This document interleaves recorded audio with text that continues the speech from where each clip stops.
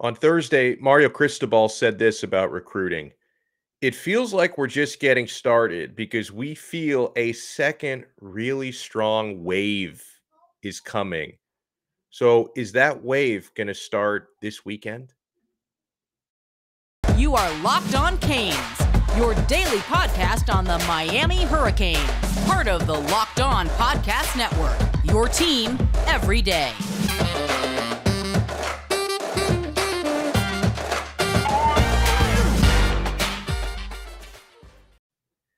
I am Alex Dono, your host. I'm a University of Miami alumnus and longtime South Florida sports radio vet, including pregame and postgame for Miami Hurricanes football. And thank you so much for making Locked On Canes your first listen today. We are available free wherever you get your podcasts and available free on YouTube. Today's episode is brought to you by BetOnline. BetOnline has you covered this season with more props, odds, and lines than ever before.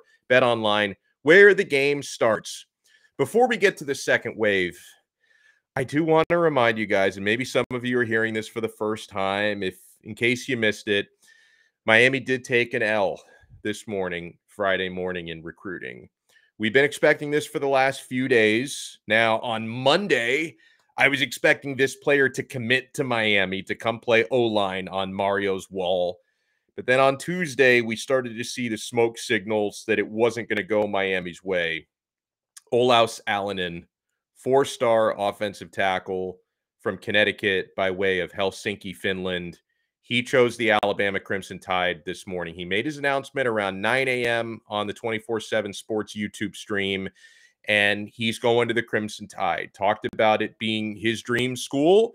Alabama had been the favorite for him for some time, a little earlier in the recruiting process, as recently as about a month ago. Then it looked like Miami became the favorite. Miami got a Steve Wiltfong crystal ball, and then he took it away and he flipped it over to Alabama a couple of days back. And so, yeah, as expected this morning, Olaus Allonen decided to take his talents not to South Beach, but to Tuscaloosa, Alabama. So, listen, it's disappointing. We brush it off and move on. I had taken a very personal liking to this player because he's got a ton of upside, a lot of raw upside. Growing up in Europe, you don't get the same sort of polished offensive line training as you would be stateside. So I think he's going to end up being a great one. And, he's not going to be our great one. So I already know we're going to get Alabama Crimson Tide fans in the comments today. Like, y'all were talking that trash about Saban getting stuffed in a locker. Who's getting stuffed in the locker now? Good for Saban. On this one, Nick Saban stuffed Mario Cristobal in the locker, okay? I'm obviously not worried about Miami's offensive line class. I mean, let's not forget who they've already got. They've already got the headliner of the class verbally committed, the top tackle in the country in Francis Mauigoa, who then shows up at the Under Armour Future 50 event last week and absolutely dominates and obliterates the competition. That dude is special. So Miami already has him in the class. Let's also remember when we're talking offensive line, these things can change. We know that. We've seen it happen in Miami's favor and against Miami already in this cycle when you talk about players favored to pick a certain school. But let's not forget, Miami is strongly favored to land a verbal commitment from Samson Okunlola, who is the third ranked offensive tackle in this class, higher ranked than Mr. Allonen, and he's a consensus 5-star. So unless that changes, and we know it can, I'm not expecting that one to change because I think he's pretty solid. I think Samson Okunlola is pretty solidly committed to the U. But unless that one changes, I can let the Olaus Allonen thing slide without losing a whole lot of sleep over it. So I think what happened during the week with Olaus Allonen, and this is what I was told on Tuesday when the Tide or the Crimson Tide started turning in Alabama's favor for him, Nick Saban really ramped it up for Olaus. I was told, and this is a quote, that Saban was going all in for him because he didn't want to lose another recruiting battle with Miami because he's lost a couple of those in recent weeks. He's lost a couple of big-time recruiting battles with Miami and with Ohio State already. And this is a player that Nick Saban really coveted, really wanted. And Saban, of course, excellent recruiter. What Nick Saban wants, he usually gets. He's missed on a couple couple, but he got this one. I thought this tweet, though, from Nate the Cane, he says, not worried about the Bama pick, talking about Allanen. We used to lose recruits to West Virginia. Doesn't that put it in perspective, right? Like, when you're out there recruiting, it doesn't matter who you are. Like, if you're Alabama, you're going to lose some recruiting battles to Ohio State and Georgia, and even USC now, because like Miami, USC's up and coming again. And obviously, if you're Miami, you can't get everyone. You're going to lose some of your targets. Some of your targets are going to go to LSU instead of Miami. Some of your targets are going to go to Ohio State or Bama in this case. That's just going to happen. There's enough talent to go around that these big-time recruiting monsters are not going to miss out on everybody, nor are any of them going to land every player that they want. But if you're talking about losing players to other schools, Nate the Cane is 1,000,000% right. I'd much rather be losing a recruiting battle here and there to the likes of Bama and LSU than losing recruiting battles. No disrespect to the Mountaineers, of course, but I'd much rather be losing battles to Bama than losing recruiting battles to West Virginia. Now Miami's taken players out of West Virginia in the transfer portal, and they're not losing any recruiting battles to them, not now and not anytime soon. So, and like anything, and everything that I've seen today on social media has been pretty classy after Olaus made his announcement picking the Crimson Tide over the Hurricanes. Keep it classy. You're talking about a 17-year-old young man who just made, could be, I don't know his personal life, but this could be the biggest decision he's had to make in his life at this point, right? I'm sure, leaving Finland to play high school in Connecticut was a big one, but now committing to a college, that's a big decision. He decided, for whatever reason, Alabama is the best place for him. And, it's a juggernaut of a program. Let him ride with that decision. Let's wish him the best, wish him well. And I hope he ends up doing an awesome job there, because he seems like a great dude and his family seems fantastic. So no, Olaus Allanen will not be a Hurricane. But yeah, I will remind you, Miami's still favored to land 5-star tackle Samson Okunlola. I think Miami is going to ramp up their recruitment for 4-star, 6'7" offensive tackle Monroe Freeling, who I really like. And I've heard he really likes Miami. Like, I've heard he wants to be a Cane. And we're not out of it for Peyton Kirkland. We'll talk a little bit about that. So that ties into this second wave. When Mario Cristobal was on WQAM from ACC Kickoff on Thursday morning, and he said, it feels like we're just getting started in recruiting because we feel a second really strong wave is coming. I do believe that wave is going to start this weekend. And on Saturday, Miami has a trio of targets who are announcing their destination. I think the Hurricanes go at least 1 for 3 here. If the balls bounce a certain way, the crystal balls, Miami could go 3 for 3 here. 1 for 3, though, is what I'm expecting. And let's start with the one that I firmly believe Miami is going to get a verbal commitment from on Saturday, July 23rd, when he makes his announcement. 4-star linebacker Malik Bryant. I believe he will be a Miami Hurricane, and the Fong balls and the crystal balls do agree with me on that one. 6'2", 235 pounds. Malik Bryant is a great young man, and he's already got great size and physicality and versatility on that football field. He's a very well-rounded linebacker. He's a 4-star, but almost a borderline 5-star. He's the 57th rated recruit in the entire country, according to the 24/7 composite. So he's a highly touted 4-star player. It's kind of like Jaden Rashada or even Jaden Wayne, who recently lost that 5th star. But these are guys who are 4 stars, but they're upper echelon 4 stars, kind of knocking on that door, be 5 stars. And Malik Bryant is the 4th rated linebacker in the class of 2023. He's a natural pass rusher. He's very good in pass coverage as well. That's why I talk about his well-roundedness. We had a conversation about Malik Bryant with Larry Bluestein earlier this week. He joined us on our Wednesday episode, and Larry brought up a good point that when you think about players committing to certain spots, you also have to think about the scheme fit, right? I mean, what defense or offense do players feel like they thrive best in? Because that should be part of the decision-making process. And Kevin Steele's scheme fits Malik Bryant very well. So that's a natural fit for him. And Blue also brought out that something that's got to be very attractive for Malik Bryant. I'm sure it was attractive for Raul Aguirre as well, who another stud linebacker who just committed to Miami within the past week. It's got to be very attractive to Malik Bryant, knowing Miami has such a need at linebacker. So the day this guy arrives on campus, assuming and hoping he picks Miami tomorrow, and then he arrives on campus, I would imagine the following spring of 2023, if it all goes as planned, he's going to know the second that he steps foot on Green Tree, if I live up to my end of the bargain and I work my butt off and play hard, I could be in the mix to get on the field, snap of a finger immediately. Like, I could be in the mix, if not as a starter, maybe not as a starter, but I'm going to be a rotational guy probably the first year. I don't even have to redshirt here because Miami has such a need at linebacker.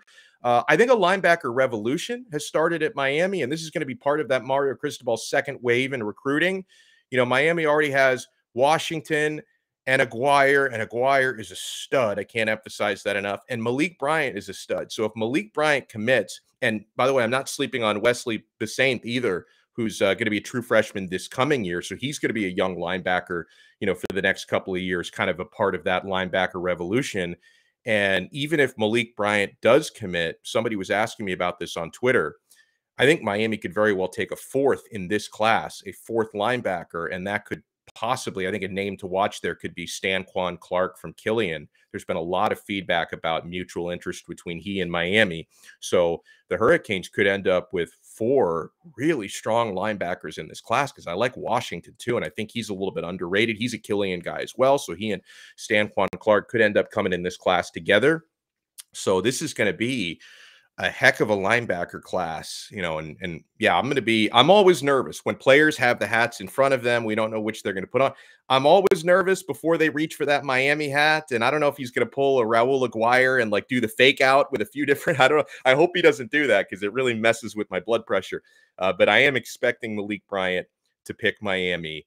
And that's going to be such, first of all, credit to Charlie Strong for the recruiting work that he's been putting in behind the scenes, because yeah, he's tireless with what he's doing to try and revolutionize this linebacking core. And I think it's going to end up being a heck of an offensive line class. So, all right, so Malik Bryant, I am expecting. There's 2 other big time names who are Miami targets announcing tomorrow. We'll talk about Miami's chances when it comes to Janelle Aguero, one of the top safeties in the country, and Peyton Kirkland, another one of the top offensive tackles in the country. We're going to hear their verdicts tomorrow, but let's talk about betonline.net, the fastest and easiest way to check in on all your betting needs. Find all of your favorite sports and events at the #1 online source for odds, lines, and games. Find reviews and news of every league, including Major League Baseball, NFL, NBA, NHL, combat sports, esports, even golf. BetOnline continues to be the top online resource for all of your sports wagering info, from live in-game betting, scores, and podcasts. They have you covered. Head to BetOnline today or use your mobile device to learn more about the trends and action. BetOnline, where the game starts. Hey, which NFL stars move the betting line the most? It started this week. Locked On gives you the 50 most valuable players in the NFL from the odds makers at BetOnline. It's available this week on Locked On NFL, wherever you get your podcasts, and on YouTube.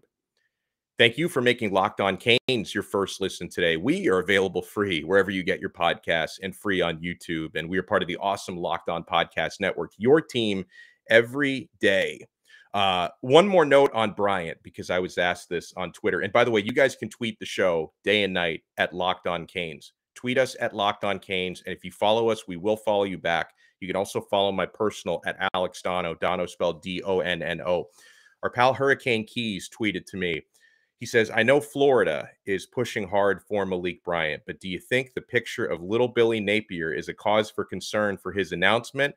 I believe he is still a Cane, but these things change so quickly. He's right about things changing quickly. In the case of Malik Bryant, I told you I'm expecting him to announce Miami on Saturday, and I'm sticking by that. I haven't heard any feedback about Florida that makes me concerned for him. I haven't. on the Florida message boards. I'm not on them personally because life is way too short to waste my time with those weirdos. But on the Florida message boards, I've heard they think they're getting everybody, right? Everybody's a slam dunk. Cormani McClain's a slam dunk. I don't think it's going to play out that way for him. He doesn't announce anytime soon, but I think I'm expecting Cormani to go to either Bama or Miami once he announces. We'll see. He may not announce till around signing day, so a lot can happen between now and then. Some Florida people really think they're landing Janelle Aguero. It's like they don't live in the same galaxy that we live in. Like I try to live my life in reality. The Florida people live their life in some other dimension, somewhere in the multiverse with Doctor Strange. But is obviously Florida loves to go after Orlando players, and that's where Malik Bryant is from, Jones High School in Orlando. I haven't heard anything from a Florida tip that makes me concerned about losing Malik Bryant. But if I'm wrong, you guys are going to throw that clip in my face forever. But the Florida fans, God bless you, but I don't think you're grabbing this one. Let's talk about Janelle Aguero. And by the way, did he lose a star? It looked like he was a 5-star composite, and I see he's now a 4-star composite on 24/7. Maybe that means he is coming to Miami. Right? When players lose stars, that usually doesn't mean you're going to Ohio State. That usually means you're coming to Miami when they start taking stars away. But okay, so with Aguero, who's one of the top safeties in the class out of Massachusetts, we're going to have to wait and see on this one. This is going to be one of those where I'm going to go into his announcement and I'm going to have really no clue which hat he's going to put on. But the word has been over the last couple of days that Georgia is ready to close for Aguero. And that just goes to show you how much this stuff changes, because last week I thought Georgia had lost a lot of ground for him, but apparently Georgia is now the favorite. Overall, Janelle Aguero, it seems like his recruitment has been very hard to read, because it's like every school that's after him, everybody thinks that that's going to be the school that lands him. So there's not a whole lot of leaks coming out of the Aguero camp, right? Not a whole lot of his fan, or maybe there's too many leaks, and that's why nobody knows what's going on with him. But for the past couple of days, all the buzz has been pointing to UGA with Aguero. Whereas like earlier in the week, I had been getting better feedback for him for Ohio State and Miami, but then it's been all Georgia lately. So we'll have to see what happens there. We're also, so let me tie in Aguero to another 4-star safety who Miami is favored for, and that's Jaden Bonsu.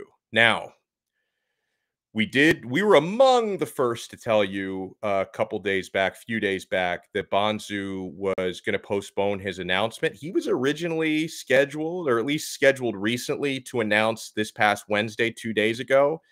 And then on Tuesday night, he pushed that back. On Tuesday, I had initially been told this was not correct. I had been told that he was going to push it back from Wednesday to Saturday, that he would also be announcing tomorrow with all the other guys announcing. But he's pushed it back indefinitely. So he does not have a new announcement date set, Jaden Bonsu. So it's going to be wait and see with him. And he's been all over the place with his dates, right? Because he had originally been saying August 20th. Then he moved it up to July 20th. Now he's moved it back indefinitely. So I don't know when he's going to do it. Now, a lot of people have been speculating, because anytime a player moves their announcement date, fans are wondering what changed, right? Was he ready to pick a certain school, and now a different school has like come in? Maybe he got a big NIL offer that he doesn't want to talk about. So I don't know why he's pushed it back, but I don't think it's anything to worry about from a Miami standpoint. As weird as it may be to say that, I've repeatedly been told not to worry about this one, at least not for right now. And he did release a statement, did Bonsu, that his postponement, he says, has nothing to do with which school he's selecting. So I don't know what sort of personal reasons he has for just saying, I'm not ready to get on camera and put a hat on today or tomorrow. But he claims, and it's the same thing I've heard, so this must be what he's telling people privately and publicly, that this is not because of some, oh, I changed my mind and I was favoring one school and I'm favoring another. He's just, for whatever reason, he's just not ready to go on camera and do it. He's been crystal balled left and right to Miami, and that seems to be the buzz. So if I was really, really greedy, yeah, I would want to land both Jayden Bonsu and Janelle Aguero in this class, and Miami's safety core which is already really good, by the way, because they've got unbelievable players there already in James Williams and Avante Williams and Cam Kinchins, and then you could bring in the next generation.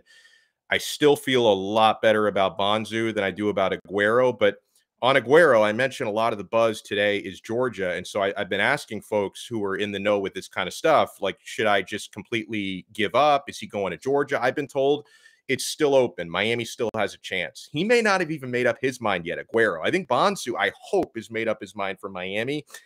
I don't think Aguero has necessarily made up his mind for anybody yet, which is the funny thing about it.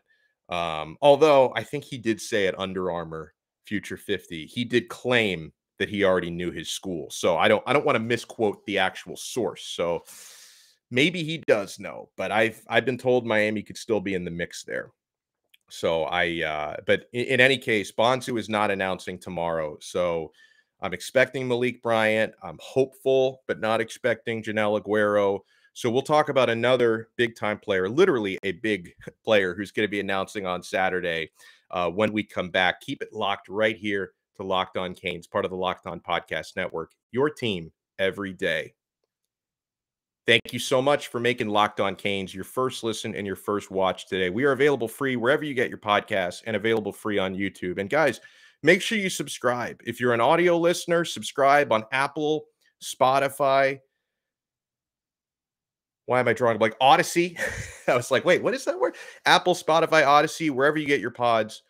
Subscribe to Locked On Canes and subscribe to our YouTube feed as well. So Peyton Kirkland, 4-star offensive tackle from Dr. Phillips, Orlando. He's going to be announcing on Saturday. I've been told on Peyton Kirkland, Miami's definitely in the mix, guys. Like, so I know some people have been writing it off like, oh, no, he's not coming to Miami. He's definitely – I've been told they're definitely in the mix. Now, some people – and even I said this earlier this week. I wondered this. That if maybe Olaus Alanen, who's another offensive tackle, if he does end up picking Bama, not Miami, which he did this morning, he picked Bama, then that might push Peyton Kirkland more towards Miami because there's less of a congestion at the offensive tackle position. I have been told, though, that that's not part of his decision-making process, that whatever Olaus decided today, and he decided Bama, I was told that's not going to make a difference for Peyton Kirkland one way or the other. A little bit like when Emory Williams picked Miami, that didn't influence Jaden Rashada. He still picked Miami. So whatever decision Peyton Kirkland is making, I don't think it has anything to do with what Olaus decided to do. And so for Peyton Kirkland, the impression that I get is it might even be 50-50 between Miami and Michigan State, maybe 55-45 in favor of Michigan State, but that Miami's right in there. And on Peyton Kirkland, who very tall, excellent wingspan. I think he's an excellent offensive tackle personally. I see a lot of doubts and negativity about this guy from Canes fans. Here's what I'll say, okay? I always tread lightly when trying to judge someone's attitude based on what others say about them and based on how they portray themselves on Twitter and on Instagram, especially when you're talking about 17 and 16-year-olds. So as for what I know personally about Peyton Kirkland, because I try not to judge people unless I have firsthand or really solid secondhand experience. I have not watched Peyton Kirkland play in person ever. I've never seen the guy play in person. I've watched some film. I've studied his scouting reports. But when I try to formulate an opinion on a recruit that I haven't seen in person and that I don't know a whole lot, I've never spoken to the man either, the young man. I've never had a conversation with him. So when I try to formulate opinions on guys that I don't know a whole lot about on a personal level, I try to talk to people like Larry Bluestein and like John Garcia, who are out there covering games, covering camps all the time in person and interact with these players. And Larry Bluestein, who we spoke to earlier this week, he's watched Peyton Kirkland play in person literally dozens of times, okay? And he's interacted with him on a personal level. Blue came on this show on Wednesday, and he vouched for Peyton Kirkland. And he also vouched for him off the air, in case anyone was wondering about that. So it's not like he's saying one thing on the show and one thing off the show.